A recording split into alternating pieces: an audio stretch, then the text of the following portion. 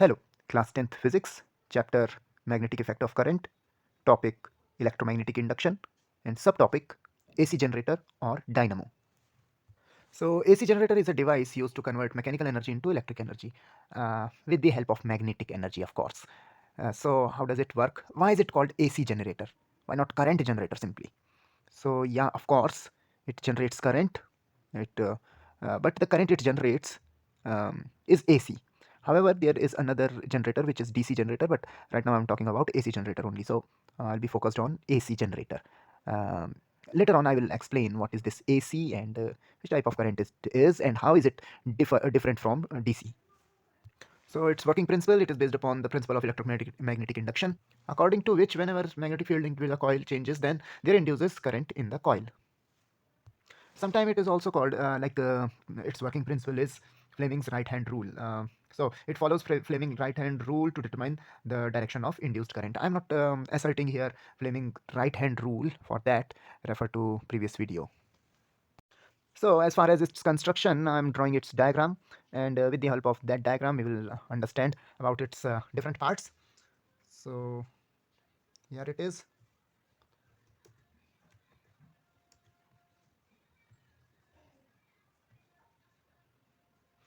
Actually, this is not the complete magnet. uh, It is a horseshoe magnet. I'm showing its poles only. This one is North Pole and this one is South Pole. Okay, and there is a coil lying between them. It's a rectangular coil.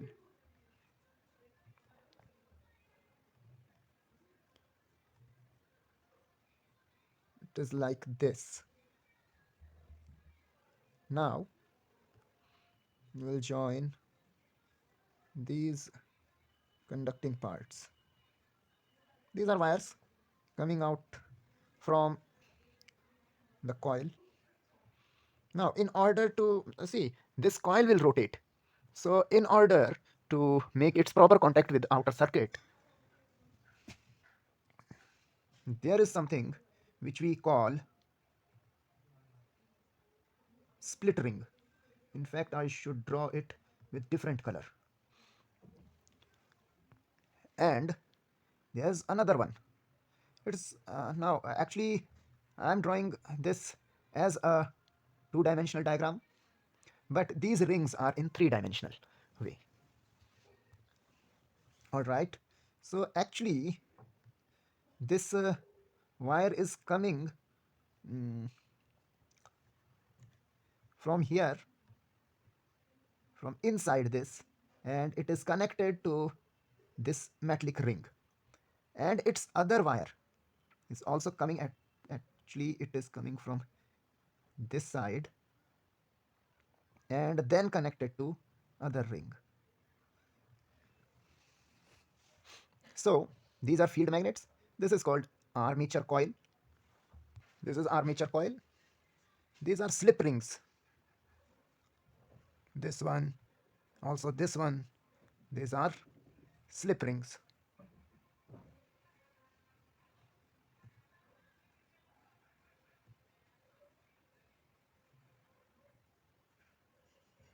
In the DC motor, there is split ring, single ring which are splitted. This is slip ring, and then it is connected to a graphite block called carbon brush. Earlier it was a brush shape conductor, but now these are just the graphite blocks. But still, that name exists. Still, they are called carbon brush. So these ring, when this coil rotates, these ring rotate, and their connection remains with these graphite blocks. Why graphite? It is because it is slippery, it is conducting. That is why. Next, okay, I should write its name also. I'm marking this one only. I'm writing its name only. It is carbon brush, as book suggests its name. Carbon brush.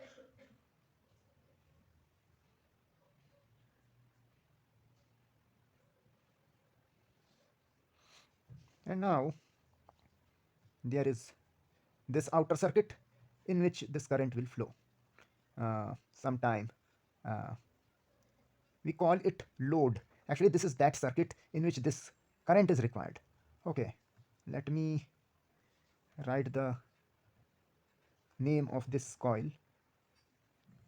A, B, C, D.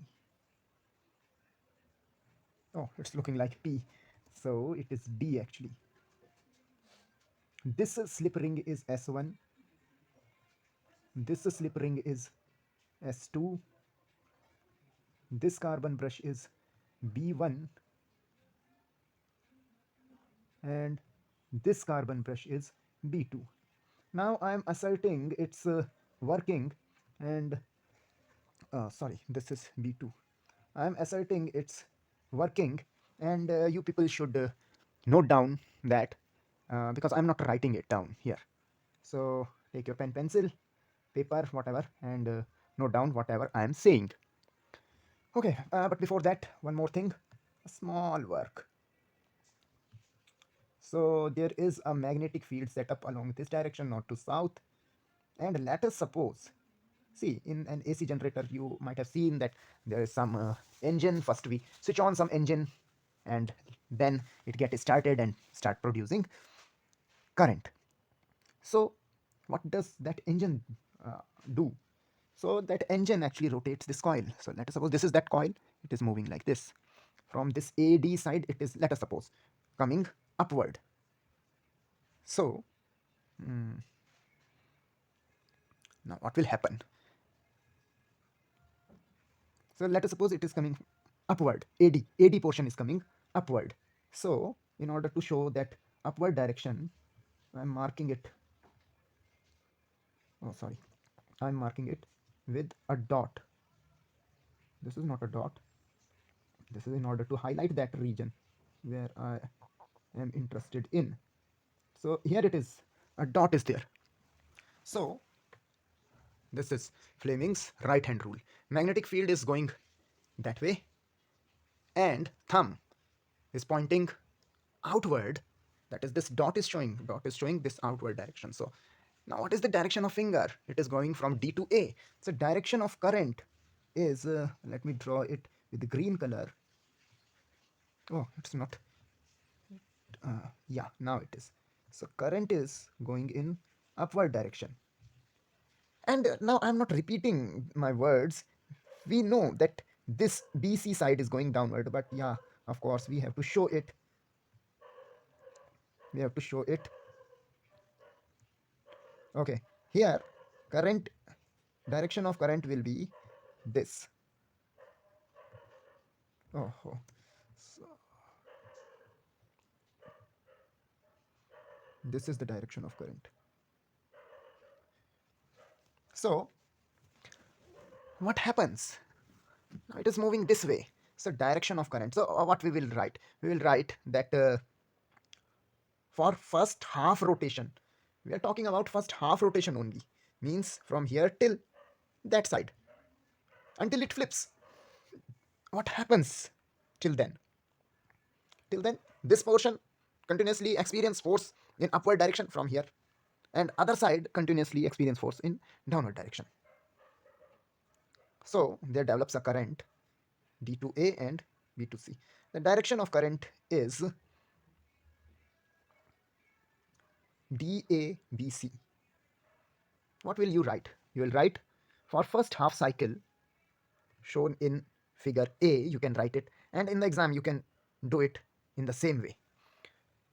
For first half cycle, okay, shown in diagram 1, coil rotates as shown in diagram, and according to Fleming's right hand rule, current flows along D, A, B, C.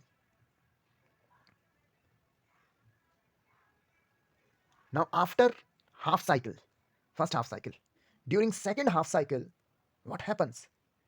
This entire structure remains same. So after half cycle, here we will have this diagram. Earlier it was So you have to draw this second diagram also.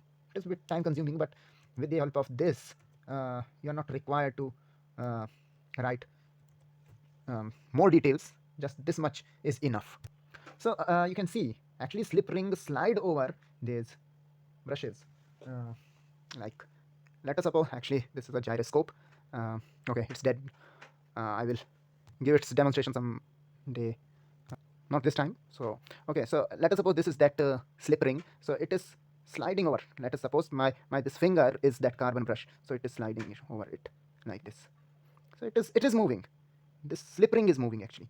Carbon brush is not moving, it is moving like this. It is slipping over this carbon brush. Okay, so you can see entire coil is turning and the slip ring is also moving. So that is why you can see earlier this side was here. Actually it has turned now like this. So earlier, let us suppose connector was this way, like this. This wire is coming and touching it like this. So after half rotation, it will go that side. It is touching this side, you can see. But you don't have to write all of this. You can directly write.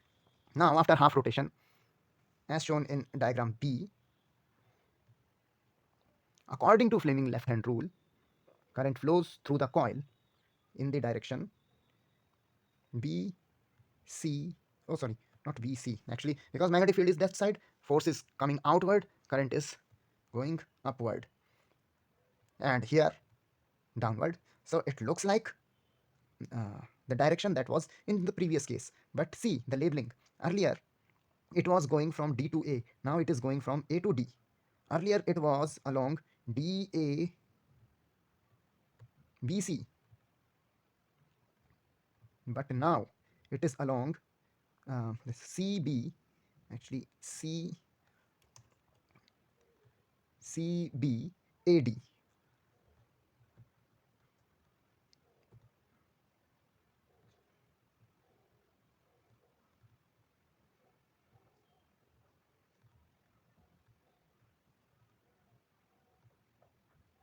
which is opposite to the previous case. And hence, in one cycle, current changes its direction, and that is why the current produced by this generator is called AC, that is alternating current.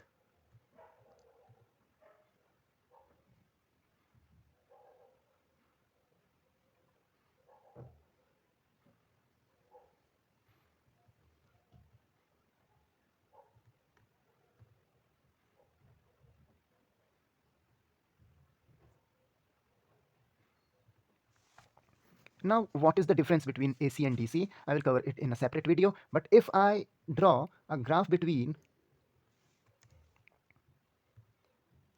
DC and time, there is time and there is direct current or voltage also. In the same way, if voltage is applied, then current will flow in proportion to that. So here it is. For DC, the amount of current, oh, not like this, remains same.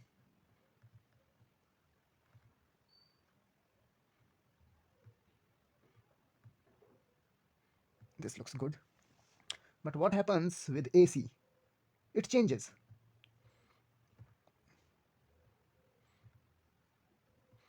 So if this is between time and current, then AC changes like a wave.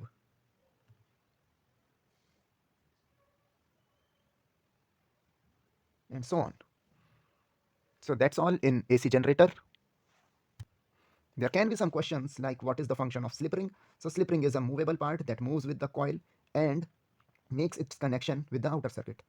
And what is the function of this carbon brush? It is a fixed part over which slip rings move and slips. It offers a frictionless contact so that current flows through the outer circuit. So that's it in this topic of AC generator. And I'm ending this series of magnetic effect of current chapter of class 10th here. Bye bye.